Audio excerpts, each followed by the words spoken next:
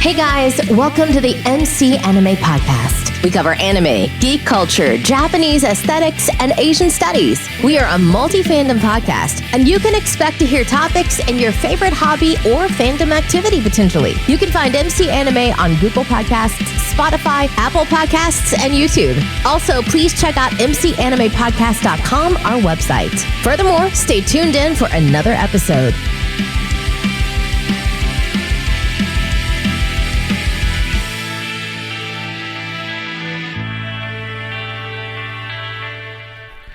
Hey guys, welcome to another episode of MC Anime. I am MC Anime and I have a special guest with me today.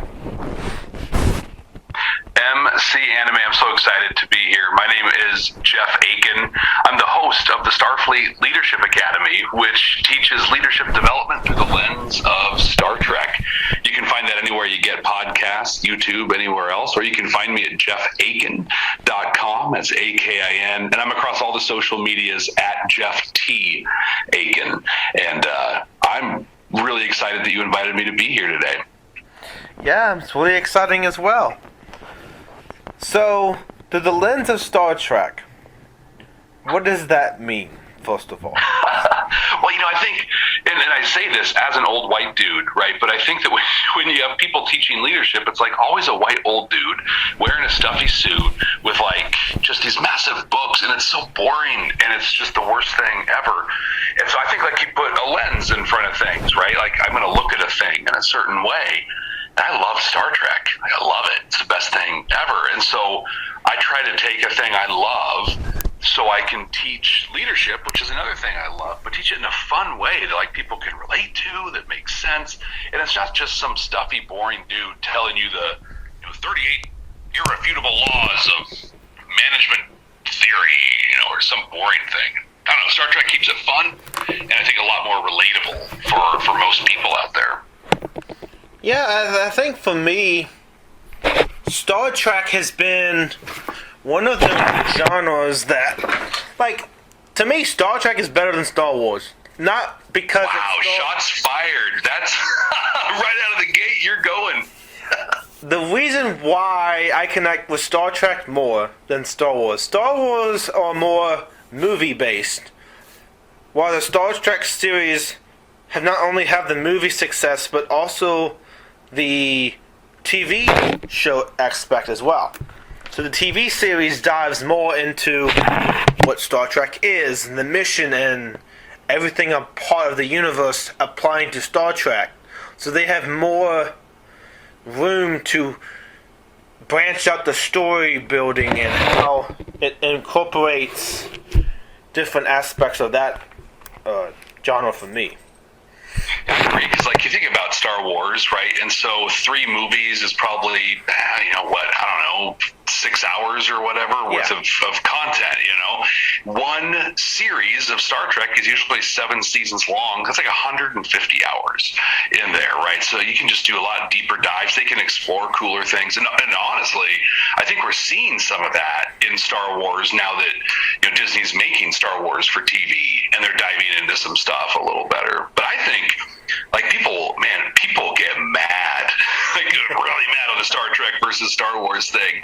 But I always say, I love them both, but for totally different reasons. Star Wars is high fantasy. Yeah. It just happens to be with laser swords and spaceships, instead of dragons and swords and the Force instead of magic. Star Trek is science fiction, period.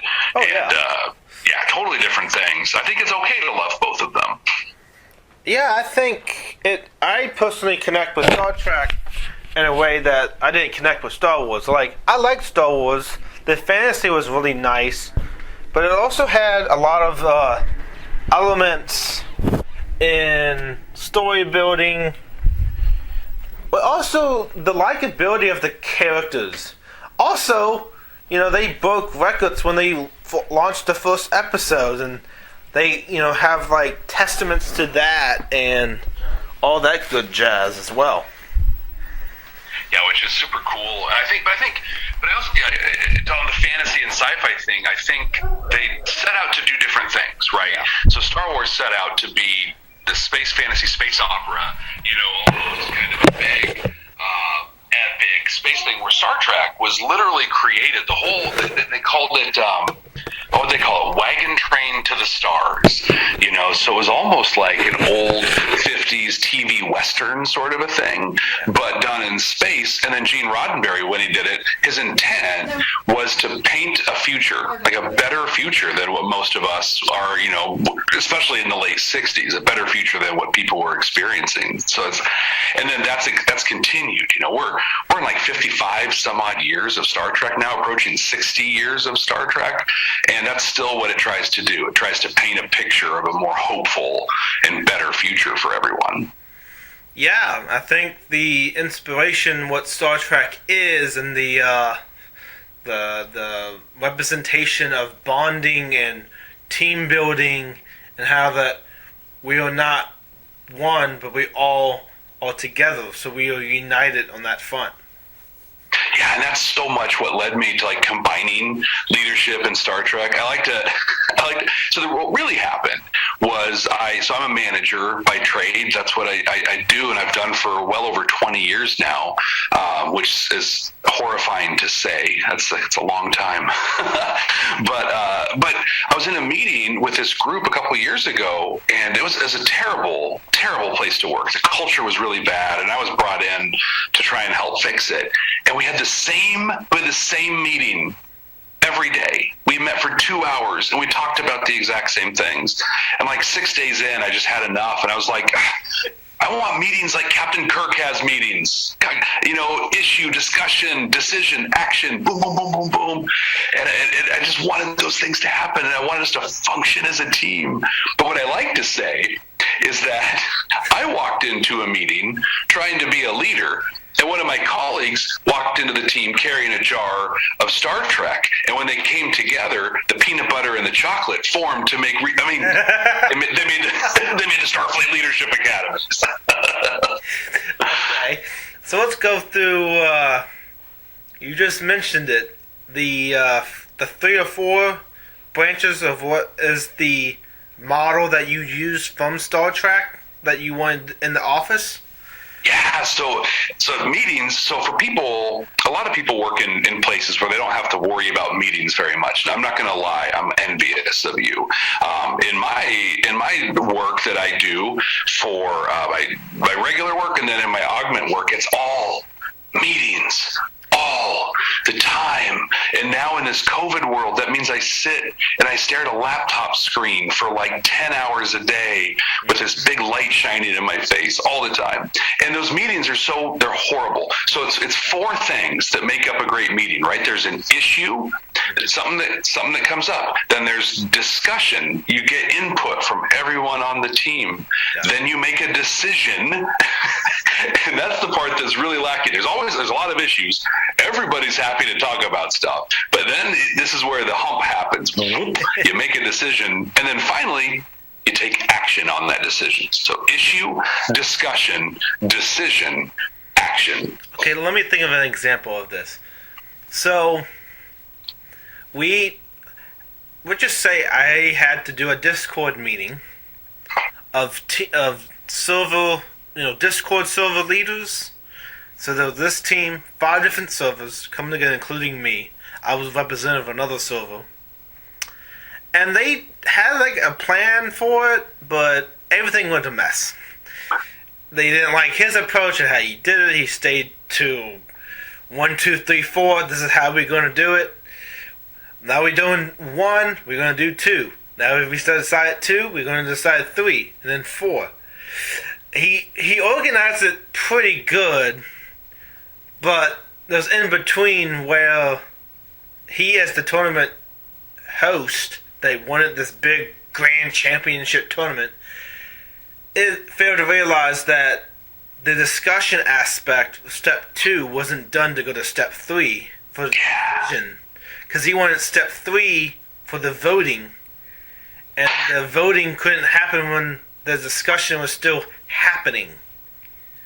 We were still presenting ideas, and it was actually me organizing, okay, let's do it like this, and have a re-vote on it. So we had different ideas. We finally, put a vote to it, gave it, 2 days to vote, came back, So the decision is now done. This is what we're doing.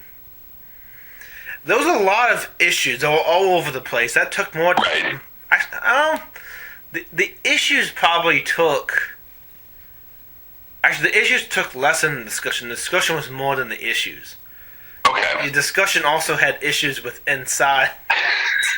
Yep. The fourth step, we basically did the evaluation, did the action associated, which was the voting, and concluding everything. But yeah, because like there's different kinds of meetings, right? Sometimes there's a meeting where I know what I want to have happen, and I just need to get everybody together to tell them what's going to happen. But here's what a lot of people do, and like your story reminded me of this, where like I'm just going to tell people what to do. That's going to happen. But I want them to feel like they had a say in it. So I'm going to make up the whole thing and say, here's the issue, and we're going to vote on it, and you can talk about it. But at the end of it, okay, great. This is what we're doing. And but because they want to feel like they included everybody.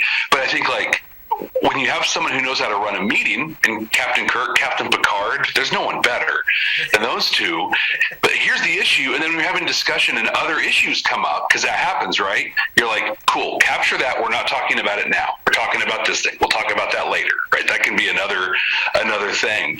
But yeah, oh my gosh, I just, for me, that was a moment where I'm like, this sci-fi TV show is teaching me how to effectively run a meeting better than like the courses I spent hundreds and sometimes thousands of dollars to learn how to effectively facilitate a meeting or whatever. No, I learned it by watching TV.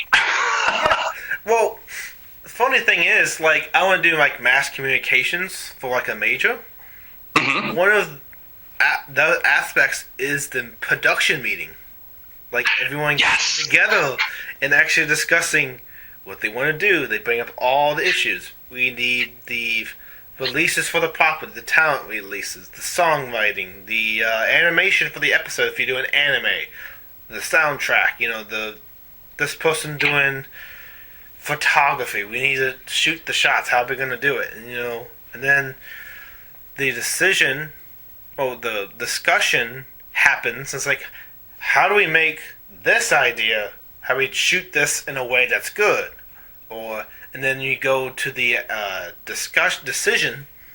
Well, the person that's going to have, like, the top in discussion decision, they take the input is the director or the head producer. So they are really taking everything they absorb into one informed decision. And also the person financing it, that's also another person that needs agreement. And then they do the action and they implement it. But usually all of that's like several meetings, so it's like the same setup. Yeah. Yep. I worked in TV for quite a few years and did some production. Eventually, I was able to do some production, and there's like 10 little meetings that happen. Like, there's the one where like we're going to shoot ideas around a story. There's one over here about we're going to, how are we going to set up casting? This one over here on what are costumes going to look like, or art direction, or things like that. And then the producer, director are plugging into all those. Yes, this, no, that, boom, boom, boom, and then they bring all that together in one last final production or storyboard walkthrough where it's a meeting, right? But it's not. This is action, right? The issue is everything happened in these other meetings. The issue is we have a storyboard. The discussion is me telling you what's going to happen. The decision is you raising your hand saying, hey, here's a problem I didn't think of, and then action is doing it. And that was always my favorite meeting, because it's just like literally, here's our run sheet, and I'm going to talk you through the whole episode here. Here's everything that's happening, questions, concerns, whatever, and then boom, execute, and it happens. Yeah, I really like that aspect, because I've actually got the experience to work with Production Notebook, so it's pretty interesting. We had a lot of meetings discussing what we were doing, the progress that we were making. That aspect was kind of cool. I dressed up as a wolf in the woods, but that's awesome. And filming the cameras, so like I had like one small part, but everything else was just behind the camera and footstepping and backtracking the bridge and everything. But, I think so a lot happened there, right, in that scene. One, that's awesome. I love that happened for you. But, someone had to go out and scout a location. Someone had to make sure there was lighting. They had to block a shot. They had to make sure white balance was set on the camera. All these things had to go down for that to happen. But another thing Star Trek teaches, and that I talk a lot about when I help coach and develop people as leaders, is and these people, I've worked with some of these directors out there who will get involved in every single little step out there, right? They're going to have a tape measure out when you're blocking the shot. They're going to make sure that and that's terrible when that happens. There's a core thing where you just have to trust your I'm going to trust my camera op to do what they need to do. I'm going to trust my principal director, my director of photography here to know what they're doing, my DP, all those things. And that's, again, going back to Star Trek. You don't see Captain Picard or Captain Janeway telling someone how to load torpedoes into the torpedo tubes. They're just like, hey, you know what's up. You go do your thing. I trust you to do your thing. Yeah. And also, a good director, the one thing the director needs to know, from my perspective, that you can't be everywhere at once. You designed the stick to this day to check this department. Spend that day in that department, get caught up, and if you see problems, address it. Yeah. You go to the next department, the next day is totally different. You spin up, if you want to be involved in multiple departments in the same day, break up your day, and that's meaningful. That's scheduled for okay, I'm coming at this time. Do what you got. Da da da da. Yeah, because I'm 100% sure there's productions out there where the director did try to be everywhere at the same time. And you and we've never seen those productions because they took 26 years to get done. They went over budget and someone finally shut them down because it's just not possible to run it that way. And I think there's a lot of phases to that, right? A good producer, a good director, one trusts the people they're working with, but also you've planned everything. A good production, whether it's live action, whether it's animation, whether it's whatever, it's basically just project management, right? It's just what are our tasks, what are our resources, what are our dependencies, and then we execute our project plan. That's really all it is, with a ton of artistic creation in the middle of it, right? But it's just boring PMBOK project management principles that make it all happen. It's just like how I came into the podcast. I've been a big anime nerd for years, but never really had a medium to express it. Went to blogging, found that to be very tedious. Tried live streaming. That was a different tedious with presentation making, because I wasn't filming myself. Instead, the visual aid was a PowerPoint that I made to guide the audience when they viewed the live stream.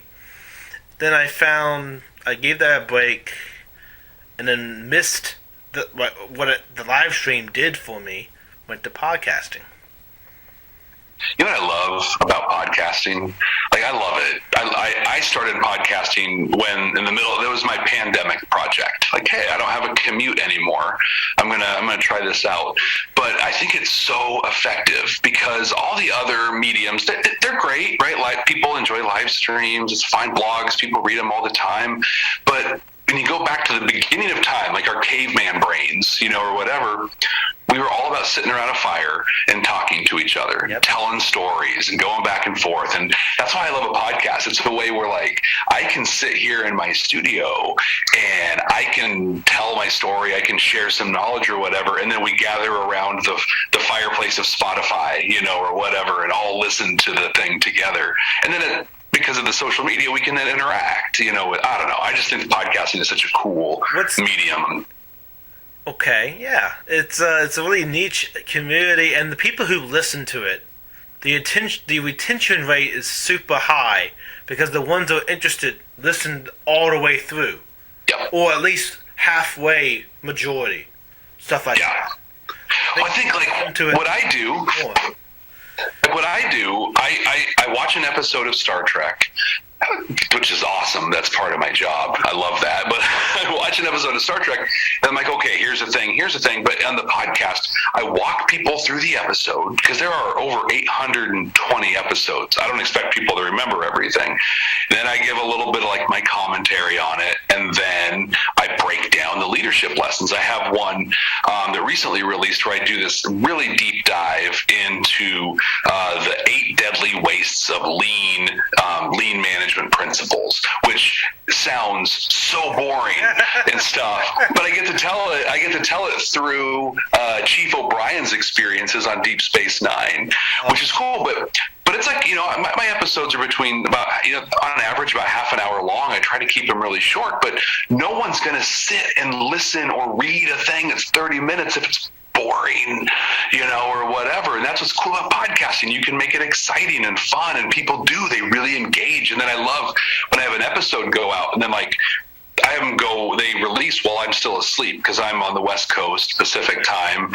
And so, I want it to go across. And so I literally wake up to like tweets and DMs and stuff on Instagram, people being like, "You're an idiot. What are you thinking?" Or, "Oh my gosh, I've never thought of it that way. Thanks for looking at it." And I'm just like, this is so cool. So this brings me to another question. What is that fire stories about the fire moment in Star Trek? Oh, wow. So one of my favorite ones is in the movie Star Trek V, The Final Frontier, where McCoy, Kirk, and Spock are literally sitting around a campfire singing "Row, row, row your boat." Oh. But here's where I go deep. Don't worry, MC. I got you. This goes deep, but it's good. Star Trek V is heralded as basically the worst Star Trek movie ever made. And it's hard to disagree with that if you take it at surface level. It's kind of ridiculous. It's sort of fun, but kind of ridiculous. I think that they're out camping, and the line in "Row, row, row the boat," right, is "Life is but a dream." So I think the whole movie is Captain Kirk's dream. It's not real. It's just him dreaming.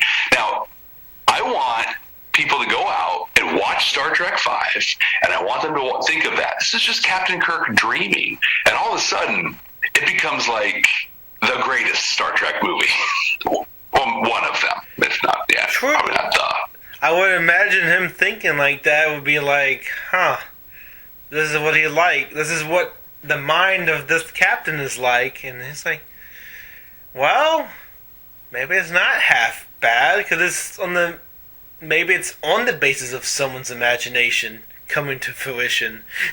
Yep. Yeah. But I think also, like, when you think about, telling stories around the fire in the Star Trek thing, I think that really happens in a lot of ways in either the holodeck episodes that happen, or in the meetings, again, where people are sitting around, this time a conference room table, instead of a fire, but they're all sharing their input on a thing or a story.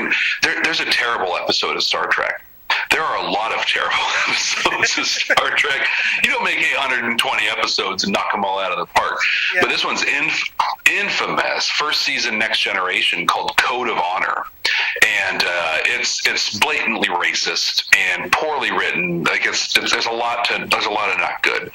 But there's one cool moment where they're trying to problem solve around this race of really aggressive aliens.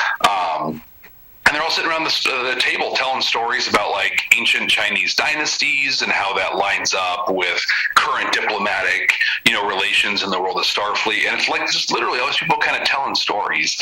And then Captain Picard listening and being like, "Okay, thanks for all that. Here's my decision. This is how we're going to deal with it." I don't recommend watching the episode. I'll just tell you, there's a couple cool moments. Don't watch it. It's terrible. Yeah.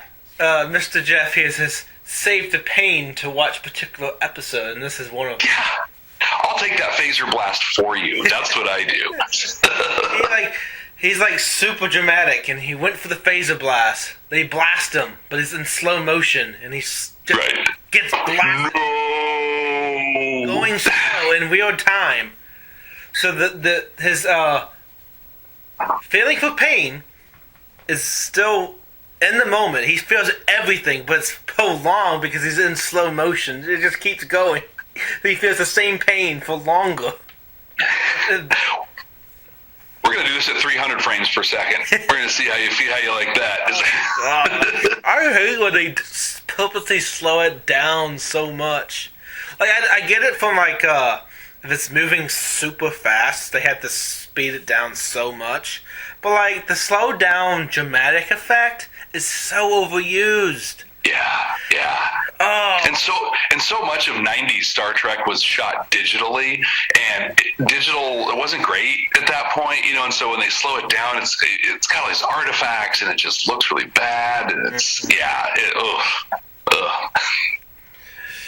Yeah, and also I get access to different cameras like analog, digital, P2. Like this is the big studio cameras with a big cord going across. Yep. Like I can't. And then we also had, believe it or not, VHR set up to put the tapes from the old analog cameras into the editing program. It's like, oh my. You know, people, this is, I'm going to sound like an old man here. I can't help it. But so on top of everything else, I'm a musician. And in the mid-90s, that was my job. I lived as a drummer down in San Diego. And I was with a band, and we recorded a record. And it was moderately successful, mostly down in Mexico. It was cool. But to record digitally cost hundreds of thousands of dollars. Like that was the super high end. Like nobody.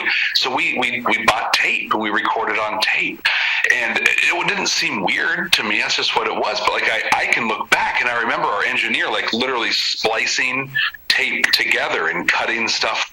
Like you hear the term cutting room floor, because they were physically cutting this tape for stuff. But the tape we had to buy was so expensive, and it came in like I don't remember how long. 30-minute reels or whatever. So we got done and we had like 6 minutes of extra tape, and that equated out to like, I don't know, $400 worth of tape. And so we weren't about to let that go to waste. And I don't know, it's so different. Whereas now, like literally, you go buy a computer off the shelf at Best Buy, and you can record a whole record, never having even learned how to play an instrument. We were recording on cassette tapes. And these cassette tapes, what we actually were able to do in the camera, we were able to delete the audio or the footage on the tape. So basically, you can reuse the tape if you already uploaded the footage. Okay. Because if you already uploaded it, it's on the timeline, you saved it as a project. Because this was analog with new technology. Right, analog did the sort of digital version then, But we had to still use the VCR, cook it up, and put the tape in. So, I'm gonna have to give props to my TV production teacher, because she kept up like 13 editing suites and kept doing the maintenance on them for like 10 years. Wow. So, like, she still had, like, the first editor suite that she ever had, or they ever had in the studio. Oh, my gosh. Yeah. I think that's cool, though, because I think, like, I don't know, and again, if you have that experience, like, you know, and I think it's, like, what people aren't necessarily hearing or seeing as you're describing this is, these aren't just necessarily, like, your old-school VHS tapes. Like, these were chunky, right? These were things you put them in. These are like even bigger than VHS tapes. Exactly, yeah. You know, and getting that stuff in there, like, but you learn those fundamentals, right? Of okay, I got to split this. I got my video, I got my audio. I got to put it here. I can manipulate. Then you get to these awesome editors we have today, right? With Audition and whatever else. And you're like, oh yeah, I understand all the theory here, and it's so much easier. Yeah, I you know what? Maybe I need to take a tour and like film being restored kind of thing, because that's the process from like old film in like 1910. The reel and the film and reel to me is just like the first medium of that technology. And it's pretty magical. When I was a kid, I worked as a projectionist, movie theater, and for people who don't know, like, movies didn't used to just be digital; they used to come on film. And so I had a projectionist to put it together. But I don't know, maybe in like the 70s or 80s, we started putting film on polyester type of a thing. So it was stretchy, it was fine, it wasn't flammable, really high quality, really durable. But prior to that, movies that you'd watch in the theater were on acetate, which is highly flammable and brittle. And the light bulbs in those projectors shoot out like 8,000 watts. So it was not uncommon for just these horrifying fires to break out while you're watching some of this old stuff. I remember watching the Library of Congress Modern Marvels episode. They were going through like different forms of media that they like trying to preserve at the Library of Congress.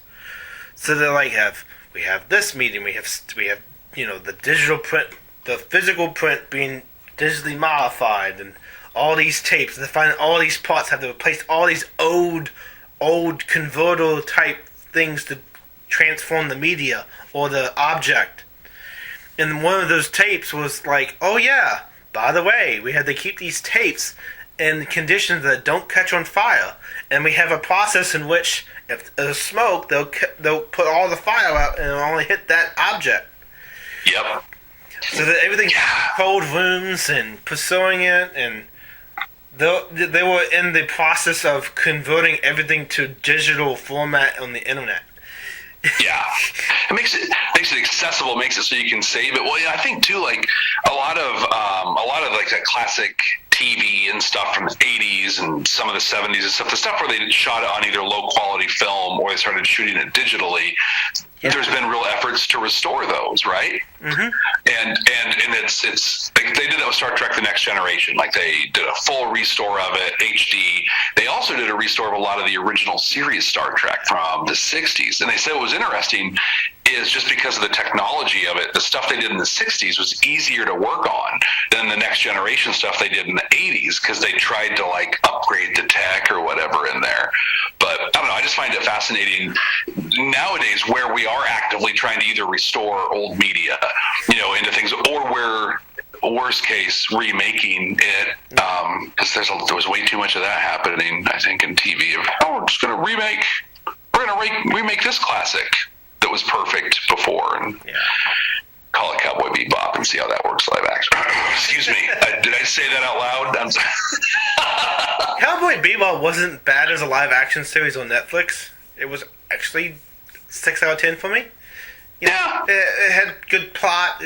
It did decently with the plot. It just. I think of it. I like video games, right? And so Mass Effect. A lot of people liked Mass Effect, and I love the original trilogy. Andromeda. I enjoyed it. I feel like Andromeda was a great game. It just wasn't a very good Mass Effect game. I think live action Cowboy Bebop was a great series. It just wasn't great Cowboy Bebop, right? Like flat. Yeah. That's also the most of that that media. When you did it to animation type, it's really hard to capture that tertiary adaptation or whatever fifth adaptation down the line to capture that, because usually the secondary is good enough.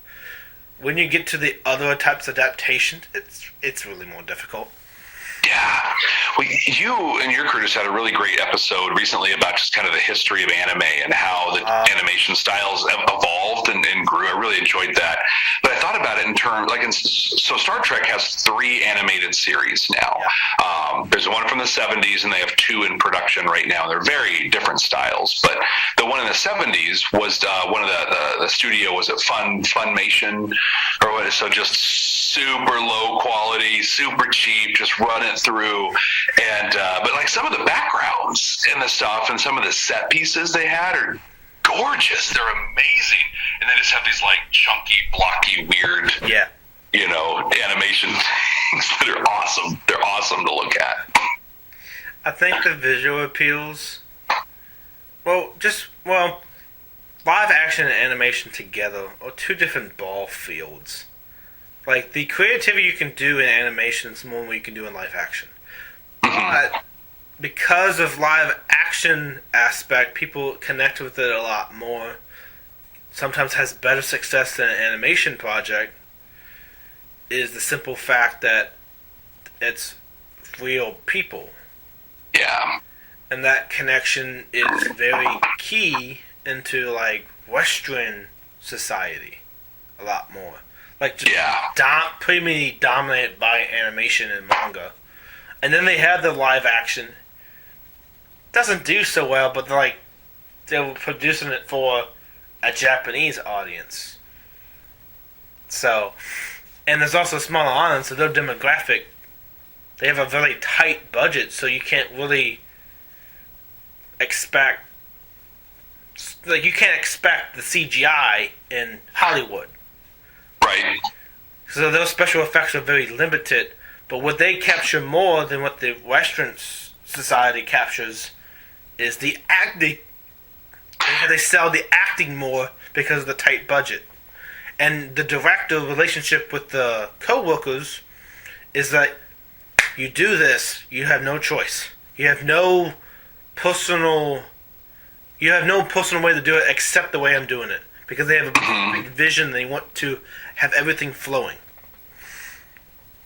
Yeah, and I think it's one of the hard things with animation specifically is live action, right? In fact, there's some classic scenes. So, you know, one of the newer Star Trek series, Discovery, controversial for some in there, but in its first season, they mentioned Elon Musk. They're like, you know, as this visionary. They were like, you know, these great visionaries like Zefram Cochrane, the guy who invented warp speed, you know, Elon Musk, and they had him in that whole thing. It was pretty controversial, and people were like, whoa, they're really a little soon, you think, to be making that call. Well, the actor just improv that, mostly because he wanted to get a free Tesla.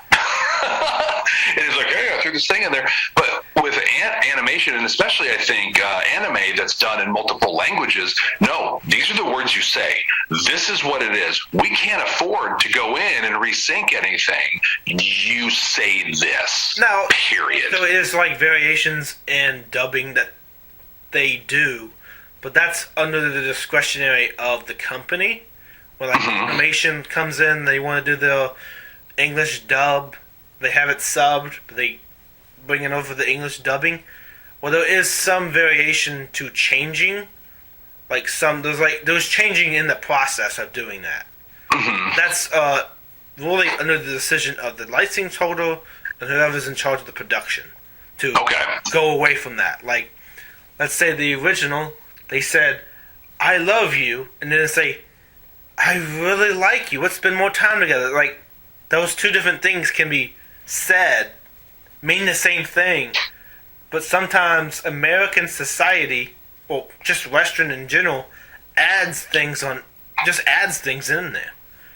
Whether it's or not part of it, like Astro Boy. Astro Boy has a girlfriend. Astro Boy in the original series didn't have a girlfriend. Well, I think the one... Yeah, I was thinking of the one, like, in the 90s, the English dub for Sailor Moon, where, like, two of the Sailor Guardians were actually in a relationship in there, but in the Western dub, they were cousins, because we're just not quite ready for that, you know? But now they've done a new dub of it that's come out recently, and yeah, they're totally in a relationship, and it's all, but yeah, definitely that cultural license. They gave, like, vibes that they like each other in a, like, weird, intimate way, and it just gave Wolf vibes. It was super uncomfortable, like, watching, because my introduction was the newer stuff, and so watching the older dub, I'm just like, this is really weird. Oh, gosh. One of the things I love about animation, like, and again, I'm going to go to Star Trek, it's where I go, but live action, it's cool, I can look at this person, I can relate to him, whatever, but I'm serving on a starship with 1,100 people on it. Like, it should be packed, and there should be all this activity going on, and weird-looking people, and all this stuff, but there's not, because every person who's on there costs me money. If they're going to be an alien, I've got to put them through makeup and a costume design and all that. Animation, I just draw a bunch of people. I do it, and then I can have a really skilled voice actor be various voices, right? And block a couple in. So, like, the Starship, for example, the Star Trek Lower Decks is one of the newer animated series, and, like, the ship just feels so lived in and authentic and real because it's animated and all this activity's happening. Oh yeah, it's super cool. And I think that's the threshold where the two mediums differ. You know, one doesn't like if they do it to large scale, like for example, Marvel, when they did the original content on Disney Plus with these newly founded Marvel Studios. Mm-hmm. Well, like, to shoot 6 episodes of Loki and try to do very detailed each episode would have costed, just if they did the detail like they did Endgame or Infinity War. Yeah. That literally, if they did that, every episode would be an Endgame in the budget series. So right. They can't afford to do that, so that's why they cap it at the 6-hour mark, which is not bad. You know, it's enough content to enjoy it. Though I want more, but you know, it is what it is. Yeah, I think it's hard. Like in Star Trek, the most recent stuff, they either have 13 or 15 episode seasons for the most part. Same reason, like they're making these just gorgeous episodes that have to cost just unbelievable amounts of money. So they have to be responsible with it. Back in the 90s, 26 episode seasons, and so you get some of these throwaway episodes where you get to know more about Worf, you know, or you get to go let Picard be a private eye on the holodeck or whatever, and they're kind of dumb and fun, but you connect with the characters, and I feel like that's what's missing in like this, you know, golden age or A plus, you know, TV. Is the stories are awesome, they look incredible, but I think we're actually missing some of those personal connect. Really good example, like on my podcast talking about leadership development, when I watch an old episode of Deep Space Nine or The Next Generation, like my episode of Deep Space Nine I was talking about, I do a whole deep dive into a thing because of Chief O'Brien, you know, one of the kind of not extra, but you know, not main characters on there. I could never do that with Discovery because, like, they're not main characters in a 13-episode arc. Get like 8 minutes of screen time total, you know, and because they're focused on their main story. Social theory that's like, let's do this theory. Is this Easter egg pointing to something bigger in the universe that we didn't think about? Yeah, totally. Do you do those episodes? Oh, yeah, absolutely. Because I think that as Star Trek has gotten bigger, right, and there's been more things, I think what we've learned is, like, everything we think we know about the future through Star Trek is from one ship in the whole galaxy. And so there's a whole, so like they mentioned this one little thing, and there's probably a whole other series they could build off that one tiny little thing they said, this whole other world out there and stuff. So yeah, sometimes I like to go and just like, so I wonder if they said this, and if that means there's this, and if that means there's this, there's also this. Yeah, it's fun to do that. And is there also like graphic novels or like comic books? So there have been novels have been a big part of the Star Trek universe since the late 60s, early 70s. There are hundreds upon hundreds of them, and some really, really good ones. But comics became integral in the 70s because Star Trek was done. They had the original series, and then the animated series, that didn't last long. So by like 73, 74, Star Trek was not on TV except syndication, but it's kept alive through comic books for a long time. And a lot of the comic book success they had is part of what led to them getting into movies when Star Trek the Motion Picture came out in the late 70s. And they still do. What's neat is through the 90s and 2000s, the aughts in there, the comic books were kind of like, hey, so here's the story on TV. We're going to tell this slightly to the side story that's, you know, we can take some liberties or do whatever.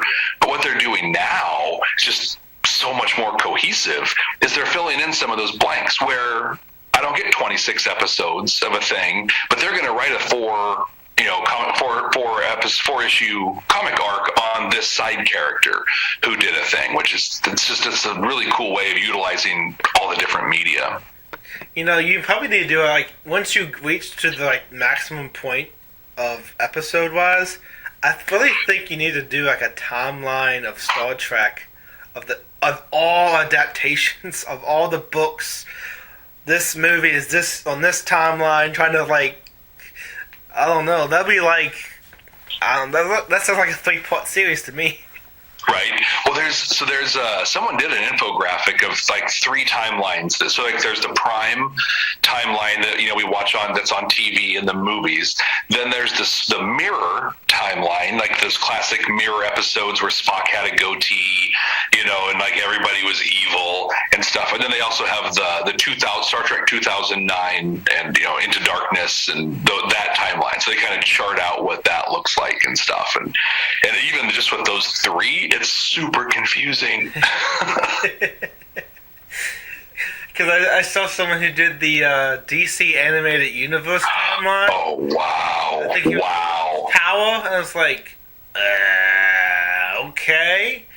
All these adventure stories apparently are in the timeline. Batman the Animated Series, Batman Adventures, Spider-Man. No, not Spider-Man. Superman Adventures, all that. So yeah.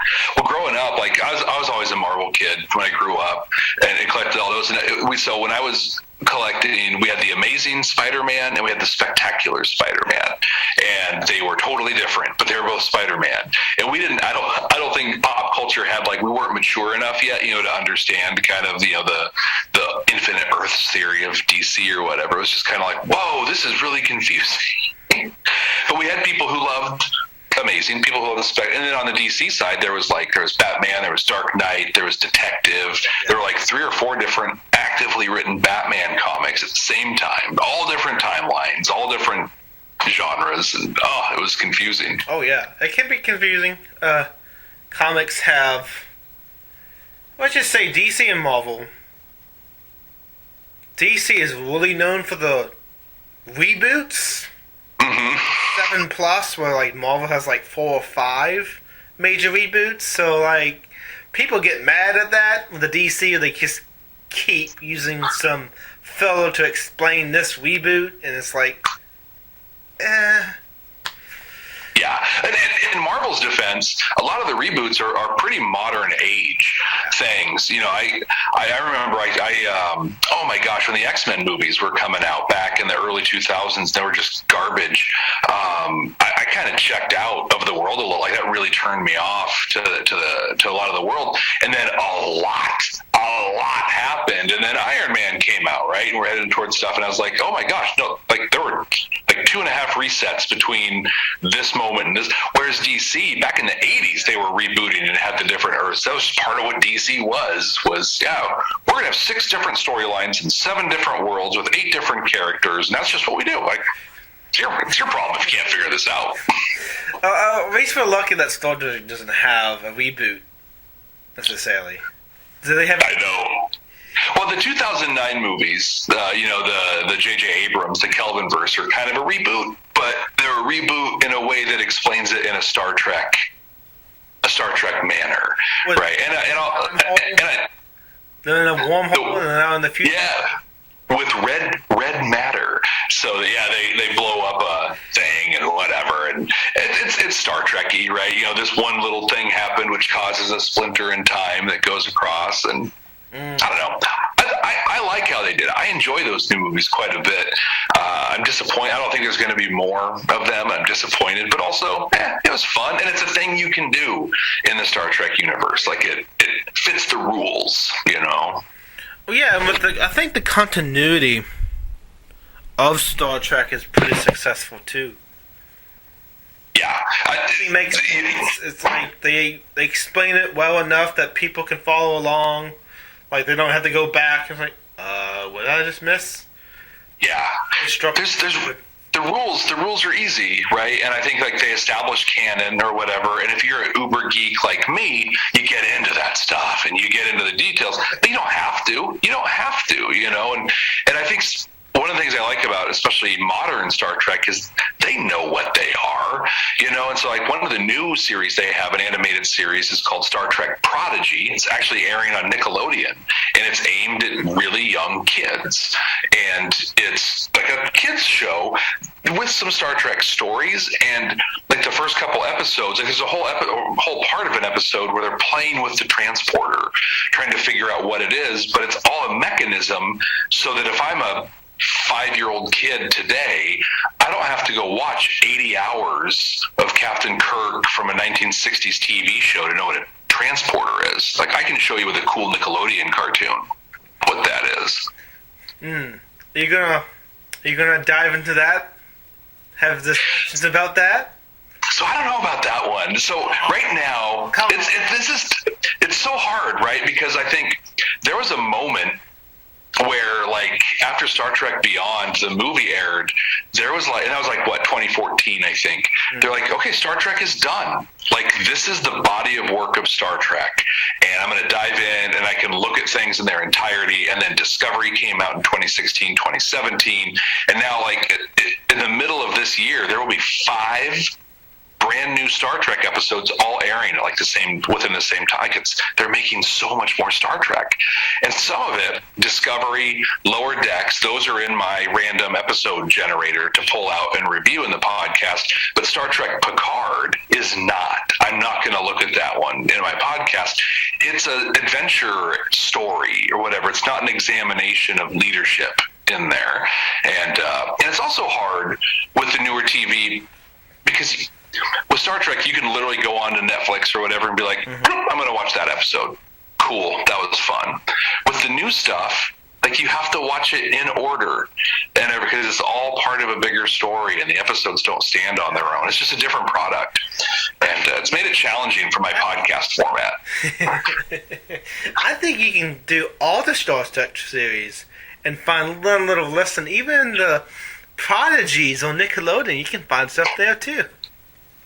One of the things I'm thinking, because actually they do have a kind of cool leadership story that's developing, but it's like it's slowly unfolding over many episodes. And so what I'm thinking of doing is, after the first season is complete, is not doing individual episodes, but doing like all of season 1. Like, we're gonna look at season 1 and pull out stuff from that. Because I was worried with Lower Decks because it's a 24-minute runtime for each episode, but I had some great stuff. I was like, I don't know if I'm going to have enough content to do a whole episode on this. But 24, 25-minute long episodes, my podcast episode was almost 40 minutes because there was so much to talk about. So good, so well done. If you were doing like 40 minutes, you could have like, okay, part 1, part 2. There you go. Yeah, and just break it up in there. But no, it's great. It's a very fast-paced show. Like, I feel like I don't know there's enough money in the world that they would never hire me. But there's not enough money in the world to be a voice actor for that show because they never shut up and they never have a chance to breathe because they have to squeeze so much into absolutely. It's just so much that they're doing so fast. But the storytelling's awesome. The animation is gorgeous. And for me, the leadership lessons that I can pull out are, I mean, next level good. It is so well done. True. So now we're moving on to the part where what's type of the workshops you have developed that people have hired you for based on your Star Step leadership? Yeah, so that's the best part. One of my favorite things that I get to do. And now, we're recording this in early 2022, and so in-person stuff is kind of starting to happen again in very controlled ways. But so I do really three kind of categories of things. So I have short workshops, I do speaking engagements that come out, and then I can do one-on-one or small group coaching, all based on Star Trek. And one of the workshops that I have such a great time doing is teaching the basics of project management. So this is out of what we call PMBOK, or the Project Management Book of Knowledge. I'm going a little geek on you here, but talking about just core things about work breakdown structures and dependencies and tracking your resources and just the basics of project management. But I do it all based on scenes out of Star Trek IV, the one with the whales in there, and just being able to talk about how Kirk does this, and what he's doing here is walking through a work breakdown structure where he's put this out and then assigning his resources based on available work for these things to happen. I have a talk that I do that I'll actually be giving at PodFest here in May. I'm really excited to be have been selected as a speaker there. But it's about defining what success means to you. And so like for this one, I talk about it with people professionally. What is success? But like in the world of podcasting, is success being Joe Rogan, or having 1 million downloads per episode? Because if it is, there's like 3 successful people in the whole industry. Or is success something that you define, right? Where I'm successful because I touched this many people, I made this impact, or whatever, and I base that on Star Trek. Oh, I'm sorry. Go ahead. The post-success is really key there. Yeah. It's like, why are you doing this thing? Why does it matter to you? And how do you measure it? How do you make it be meaningful? And Captain Kirk does that, again, Kirk in this one, but does that in Star Trek too, where he talks about he doesn't believe in a no-win scenario. So Starfleet has defined success for what a captain is, and he doesn't believe in it. So he set up his own, he cheats and does some really, very Captain Kirky things to make it happen. But he defines his own success in there and what happens. But my favorite thing I do is one-on-one and small group coaching, where I get on Zoom with people or go in and I talk kind of back to what we were talking about earlier with the issue, discussion, decision, and action. I asked, what issues are you experiencing as a manager, as a leader? What are the problems you're having? Where do you want to develop? And then how can we dive into my toolbox of stuff from Star Trek, and do that. And that's where I can really turn the dial up or down. Like if somebody's really into Star Trek, like we can really lean heavy. Like I've got this one client I've worked with where like we actually have a rank structure for his managers, and as they achieve that, like he's all about it, right? Like that's the thing. Cool. I work with another client, and she's not as into Star Trek. She likes the idea of it. So it's a thing I'll pull out. And that's the thing in this episode. But most of what we talk about is just more general coaching kind of stuff that we do. But for me, I have a real passion around helping people do things that are great and that they're capable of doing. And I get to use Star Trek.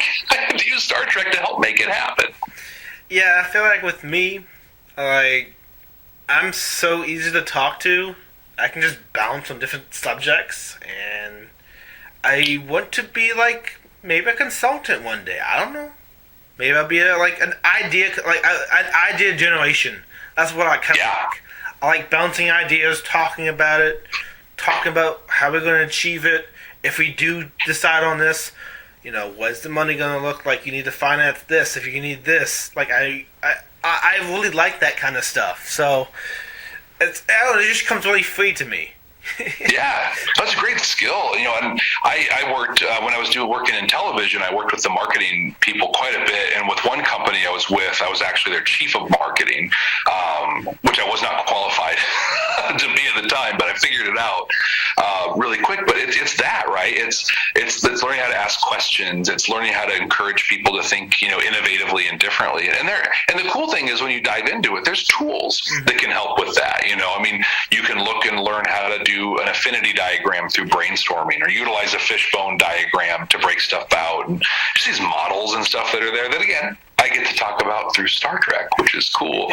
But there's a real need because what happens is, whether they're creative, whether they're just people at work plugging and chugging through whatever, people get these blinders on and they stop seeing the world around them and stop thinking innovatively. And then someone like you can come in, guide them, facilitate them, ask really good questions and stuff to force them to take those blinders off. I know some of my friends why you ask so many questions? Well, it's nice to be informed. I like to know things.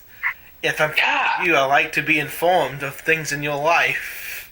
So sometimes I get into a point where they talk about it. They didn't want to talk about it, but I talked some enough that they gave me a glimpse, and that's all I want. Yeah, well, I think there's a lot of platitudes and cliches and sayings, but one of my favorites is that we were given 2 ears and 1 mouth. Yeah. Act accordingly. But also on that, I believe that as long as I'm talking, if I'm talking, I will never learn anything because I'm just spouting. We learn when we listen, and gosh, shame on us if we're not lifelong learners, I think. Well, we're not lifelong, but we can be in the moment. Yeah. Temporarily, we can learn it, but then we forget it. Right, yeah, we can relearn. That's a lifelong piece. I get too old and start relearning some things. Oh no. So, with leadership as a lens, and, the Star Trek fandom, is there a particular take you want people to know about that the lens is actually very applicable in their own life, outside of the leadership that you can take in your own life, your own self-discipline? Absolutely. That's such a great question, because I'm just applying this concept of a lens to Star Trek. It applies to everything. I think that everything that's out there in the world we can learn from, and we can choose to better ourselves through. It's a skill I've developed over a really long time. I prefer to do it with Star Trek, but I do it with music a lot too. You listen to a song and you're like, this song made me feel this way, or it said this thing, or it taught me this thing, and then I can apply this in that way. But all in all, I think that it's not just about applying the lens. It's about having your brain, your mindset set right, where you're open to learning, and you're open to understanding and accepting that what you think and what you think you know isn't necessarily right or all there is to know. And having that humility that other ideas are just as valuable, if not more valuable. But I think that, if I want, going back to Star Wars, right? Star Wars is fantasy and action adventure, but if you watch it with an intention to learn something, there are things to learn around leadership. There are things to learn around loyalty, around communication. Like, there's real stuff in there, but it's just being intentional and watching things in that way, or listening to things in that way. And with me, I feel, I take everything by small steps. I like to plan it out. If something big's going to happen, I like to prepare for it mentally, and then think about it, and then set up time to actually do the action associated with the planning of it. If I'm going to do this, then I need to do this, and if I need to do this, this comes up, so that would have to be a priority at another point, stuff like that. Yeah, exactly. And I think just the fact that you can know that about you and about life, really, and that happens, that makes you more open to being successful. And you're going to look at things in that way. Because I think other people come into stuff and they're just like, oh, yeah, it's cool, I'll roll with it, whatever, I'll figure it out. Yeah, you're not going to roll with it. You're not going to figure it out. It's going to roll right over you is what's going to happen. I mean, if you let it right over you, then you deserve not to figure it out. Exactly. If you have a big snowball effect, or you're the Indiana Jones with the classic trap of the giant boulder coming rolling down, it's like, well, you could have avoided that boulder, you could have avoided that pitfall, but, you're in a bottomless pit now. What you gonna do? Well, yeah, what now? What do you got? Oh, man. So is there any, in the closing statements that you want the audience to know about you or the leadership as a lens? Yeah, I think kind of to wrap things up, Star Trek paints a picture of a better future, of a hopeful future. And the way we get there is with us as people being open and communicating better with each other and being stronger leaders. And so I truly believe that my work with the Starfleet Leadership Academy and with the people that I work with and am able to coach and mentor is I'm helping create these people that are going to bring us to that future that Star Trek offers, where we aren't worried about poverty anymore. We're not worried about hunger anymore, where we are united as a species and a people. That's the future that's painted, and we can get there by learning from it and just developing as leaders. And I am so ridiculously honored that I'm able to be a part of making that happen for people. Okay. And again, it's the Starfleet Leadership Academy, if anyone wants to look it up. And there's lots of applications to not only Star Trek, other shows you can use in real life as comparisons for real life models. When you think outside the box, or in this theory, intergalactic, to high hopes and high-reaching goals that is beneficial but also has long-lasting effects. Because that model that you put on that project, that gets written somewhere. Someone reads that, like, oh, wait a second, that might work. They branch with an idea and use something they learned from that, whatever they read it or heard it in an interview or a podcast setup. They will take it and apply it in a small application, but, they could, maybe one day you'll get credited in someone's interview and say, oh yeah, he inspired me to do this. This is where I got this idea and then I just went with it, Definitely. And I know, like, for me personally, like I talked about defining success.